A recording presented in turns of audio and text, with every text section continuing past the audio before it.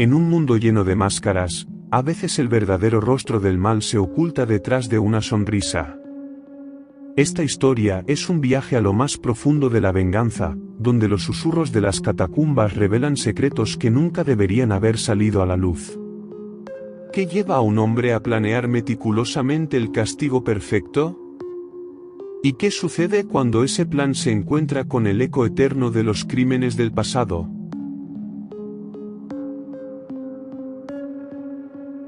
Había soportado lo mejor posible los 1000 pequeños agravios de Fortunato, pero cuando se atrevió a llegar hasta el ultraje, juré que había de vengarme.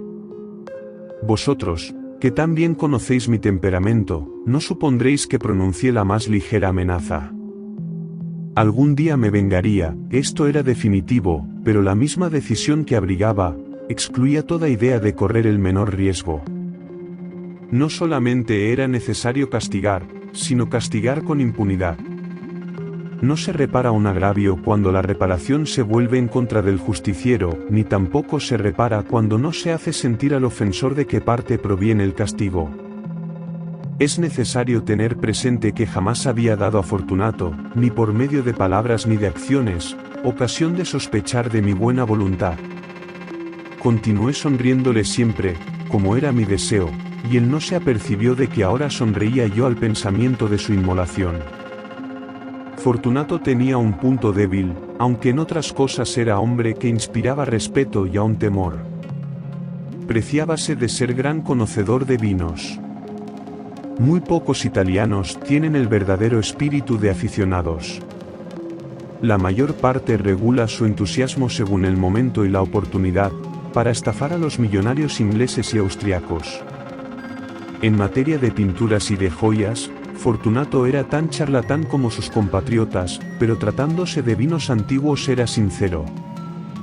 A este respecto yo valía tanto como él materialmente, era hábil conocedor de las vendimias italianas, y compraba grandes cantidades siempre que me era posible. Fue casi al oscurecer de una de aquellas tardes de carnaval de suprema locura cuando encontré a mi amigo. Acercóse a mí con exuberante efusión, pues había bebido en demasía. Mi hombre estaba vestido de payaso. Llevaba un ceñido traje a rayas, y en la cabeza el gorro cónico y los cascabeles.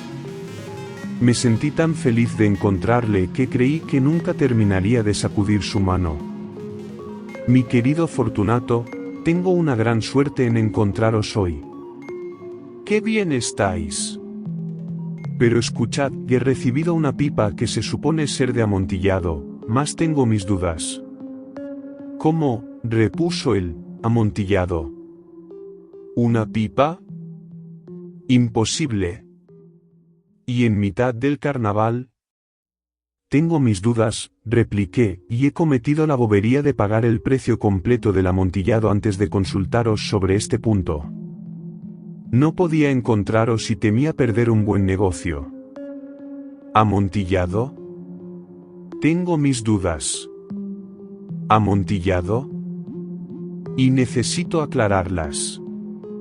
¿Amontillado? Como estáis comprometido, iré a buscar a Lucchesi. Si alguno puede decidirlo, será él. Él me dirá, Lucchesi no puede distinguir el Amontillado del Jerez. Y sin embargo, muchos opinan que es tan buen catador como vos mismo.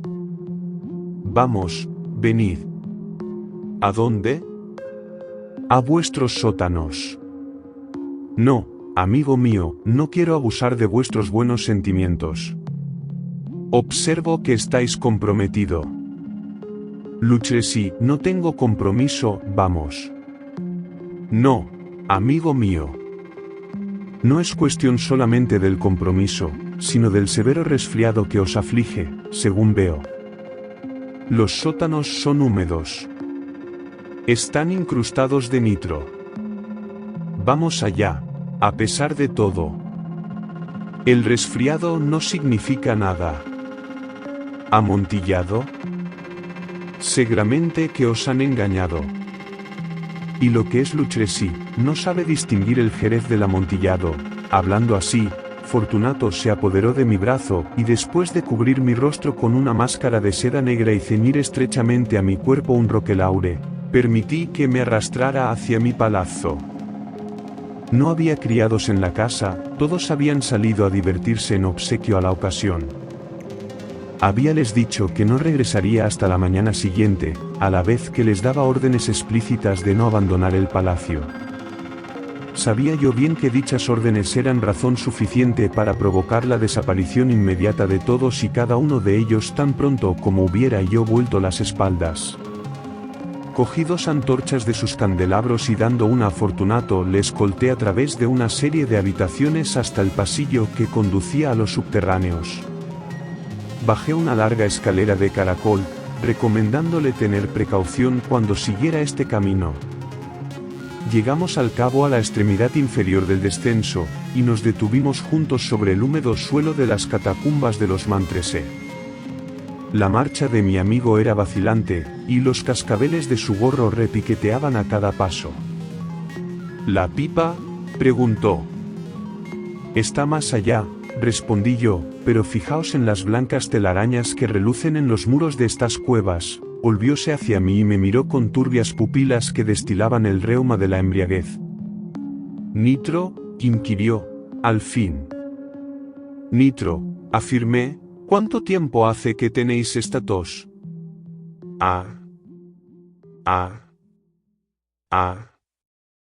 Mi pobre amigo se encontró incapaz de contestar durante largos minutos.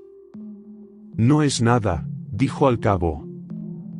Vámonos, exclamé entonces con decisión, regresemos, vuestra salud es preciosa.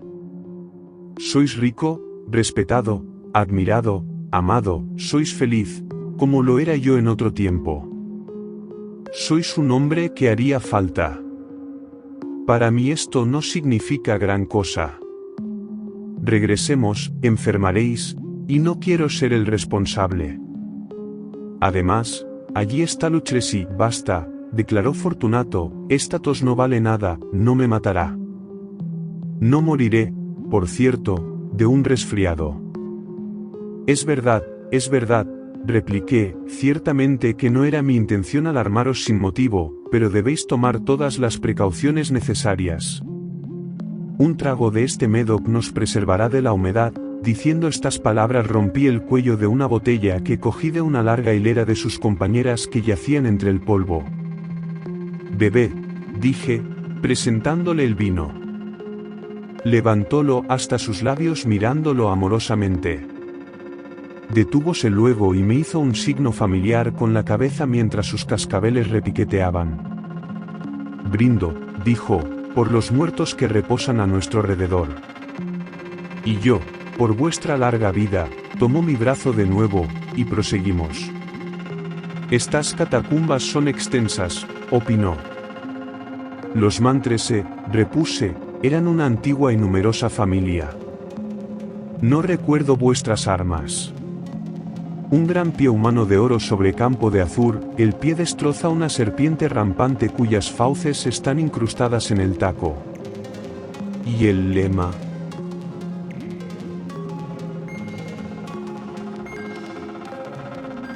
Nemo me impune la cessi. Bien, exclamó. El vino chispeaba en sus ojos, y los cascabeles vibraban. Mi propia fantasía se exaltaba con el Medoc. Pasábamos entre grandes montones de esqueletos mezclados con barriles y toneles en lo más profundo de las catacumbas. Me detuve nuevamente y esta vez me atreví a coger el brazo de Fortunato arriba del codo. El nitro, exclamé, mirad, aumenta ahora.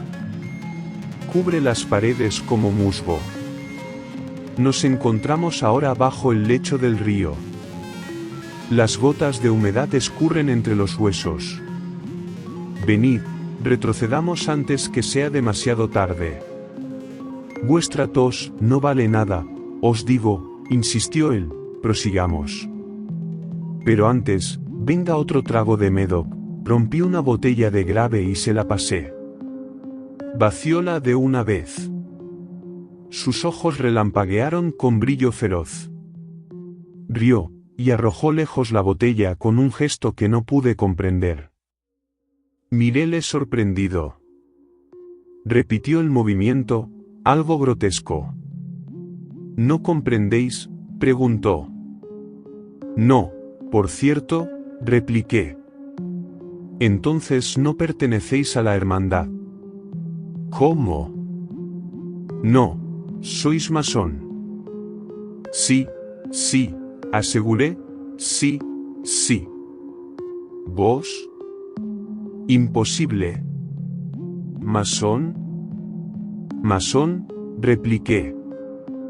¿Un signo?, dijo, un signo. Aquí está, respondí, sacando una llana de entre los pliegues de mi roquelaure. Os burláis, exclamó, retrocediendo algunos pasos. Mas veamos el amontillado.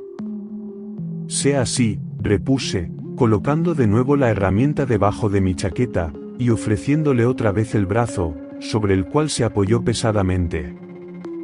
Continuamos la ruta en busca del amontillado. Atravesamos una arquería baja, descendimos, seguimos adelante, descendiendo de nuevo, llegamos a una profunda cripta donde la pesadez del aire ahogaba nuestras antorchas sin permitirlas flamear. Al fondo de esta cripta aparecía otra algo menos espaciosa. Sus muros estaban cubiertos de restos humanos alineados hasta la altura de la cabeza, a la manera de las grandes catacumbas de París. 3 lados de la cripta interior estaban aún decorados en esta forma. En el cuarto, los huesos se habían arrojado al suelo y yacían en promiscuidad formando en cierto sitio un montón de regular tamaño. Dentro del muro, puesto así al descubierto por el retiramiento de los esqueletos, apercibimos todavía otra cripta o nicho interior de 4 pies de profundidad y 3 de anchura por 6 o 7 de altura. Parecía no haberse construido con propósito alguno especial, sino que formaba simplemente el espacio intermedio entre 2 de los pilares colosales que sostenían el techo de las catacumbas, y tenía al fondo uno de los muros divisorios de sólido granito. En vano Fortunato, levantando su moribunda antorcha, trató de escudriñar el interior del escondrijo. Su débil luz no nos permitió inspeccionarlo en su totalidad. Adelante, dije yo, allí está el amontillado. Y en cuanto a Luchresi es un ignorante, interrumpió mi amigo, avanzando con pasos vacilantes mientras yo seguía, pisándole los talones. Llegó en un momento hasta el fondo del nicho y al encontrarse detenido por la roca, quedó estúpidamente asombrado.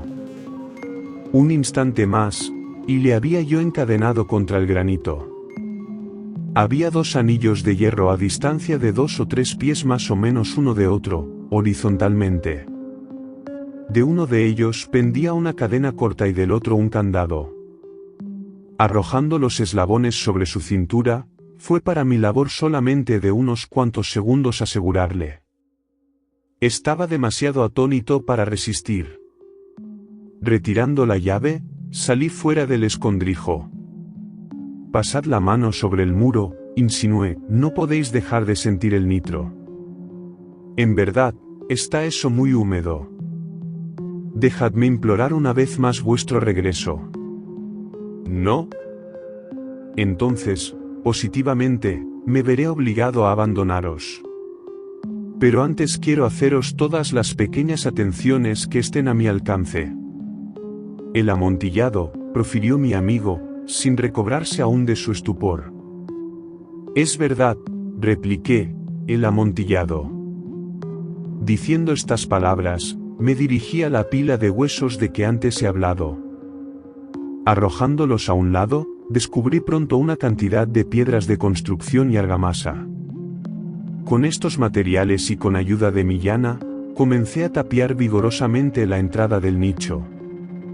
Apenas habría colocado la primera hilera en mi labor de albañilería, cuando pude notar que la embriaguez de Fortunato había desaparecido casi por completo. La primera indicación que tuve de esta circunstancia fue un sordo y lúgubre lamento que partía del fondo del nicho. No era el lamento de un ebrio.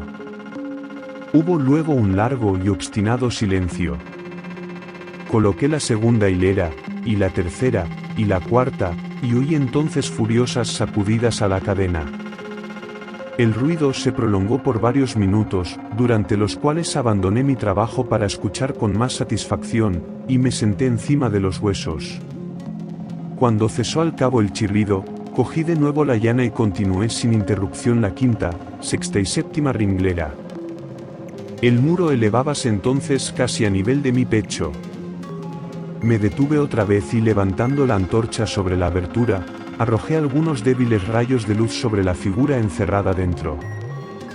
Una explosión de agudos y penetrantes gritos, brotando súbitamente de la garganta de la encadenada forma, pareció como si me lanzara violentamente hacia atrás. Por breves instantes temblé, vacilé. Desnudando mi puñal, comencé a tentar el fondo del nicho, pero un momento de reflexión me tranquilizó. Puse la mano sobre la sólida construcción de las catacumbas y me sentí satisfecho. Me aproximé nuevamente al muro, y respondí a los clamores que Fortunato lanzaba. Hícele seco, los sostuve, los sobrepujé en fuerza y en volumen. Cuando hice esto, los gritos se apagaron. Era ya la medianoche y mi tarea iba a concluir. Había completado la octava, la novena y la 10ª hilera. Terminaba casi la última, la 11ª, faltaba colocar una piedra solamente y la argamasa para asegurarla. Luchaba con su peso, y la había colocado a medias en la posición deseada, cuando partió del fondo del nicho una risa débil que puso los pelos de punta sobre mi cabeza.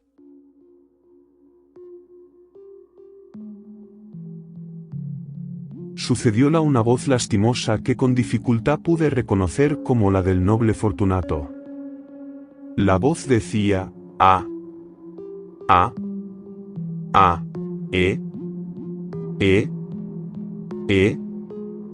Muy buena broma en verdad, una broma magnífica. Reiremos de buena gana muchas veces acerca de esto en el palazzo, Nuestro vino, El amontillado, dije yo.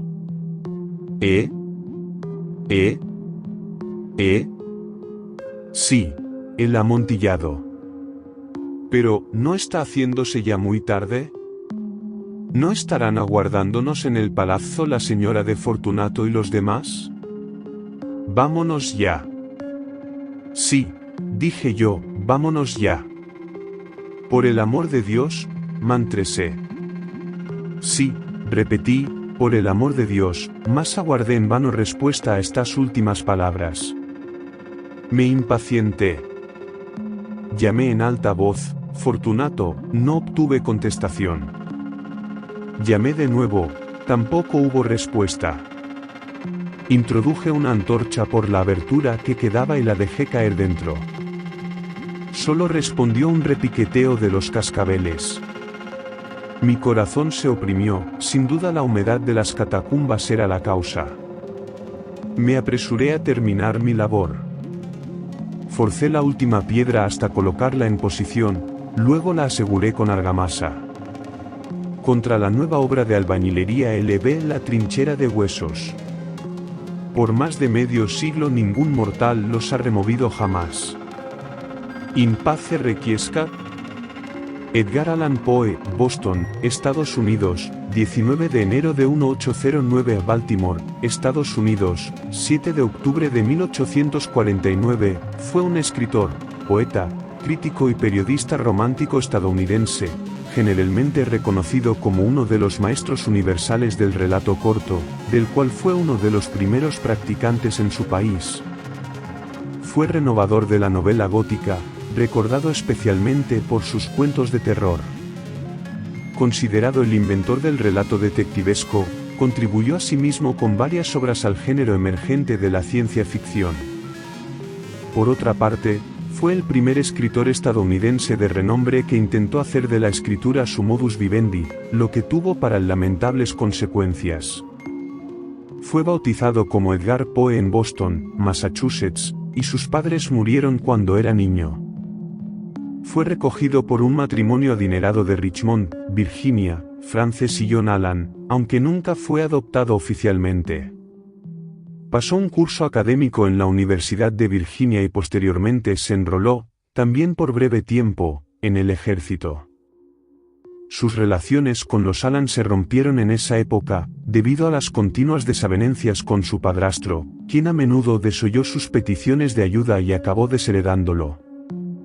Su carrera literaria se inició con un libro de poemas, Tamerlane and Other Poems, 1827. Por motivos económicos, pronto dirigió sus esfuerzos a la prosa, escribiendo relatos y crítica literaria para algunos periódicos de la época. Llegó a adquirir cierta notoriedad por su estilo cáustico y elegante. Debido a su trabajo, vivió en varias ciudades, Baltimore, Filadelfia y Nueva York. En Baltimore, en 1835, contrajo matrimonio con su prima Virginia Clem, que contaba a la sazón 13 años de edad. En enero de 1845, publicó un poema que le haría célebre, El Cuervo. Su mujer murió de tuberculosis 2 años más tarde. El gran sueño del escritor, editar su propio periódico, que iba a llamarse Destailes, nunca se cumplió. Murió el 7 de octubre de 1849, en la ciudad de Baltimore, cuando contaba apenas 40 años de edad. La causa exacta de su muerte nunca fue aclarada. Se atribuyó al alcohol, a congestión cerebral, cólera, drogas, fallo cardíaco, rabia, suicidio, tuberculosis y otras causas. La figura del escritor, tanto como su obra, marcó profundamente la literatura de su país y puede decirse que de todo el mundo. Ejerció gran influencia en la literatura simbolista francesa, a través de esta, en el surrealismo, pero su impronta llega mucho más lejos. Son deudores suyos toda la literatura de fantasmas victoriana, y en mayor o menor medida, autores tan dispares e importantes como Charles Baudelaire, Fedor Dostoyevsky, William Faulkner, Franz Kafka, H.P. Lovecraft, Arthur Conan Doyle, M.R. James, Ambrose Bierce, Guy de Maupassant, Thomas Mann, Jorge Luis Borges, Clemente Palma, Julio Cortázar, quien tradujo casi todos sus textos en prosa y escribió extensamente sobre su vida y obra, etc. El poeta nicaragüense Rubén Darío le dedicó un ensayo en su libro Los Raros.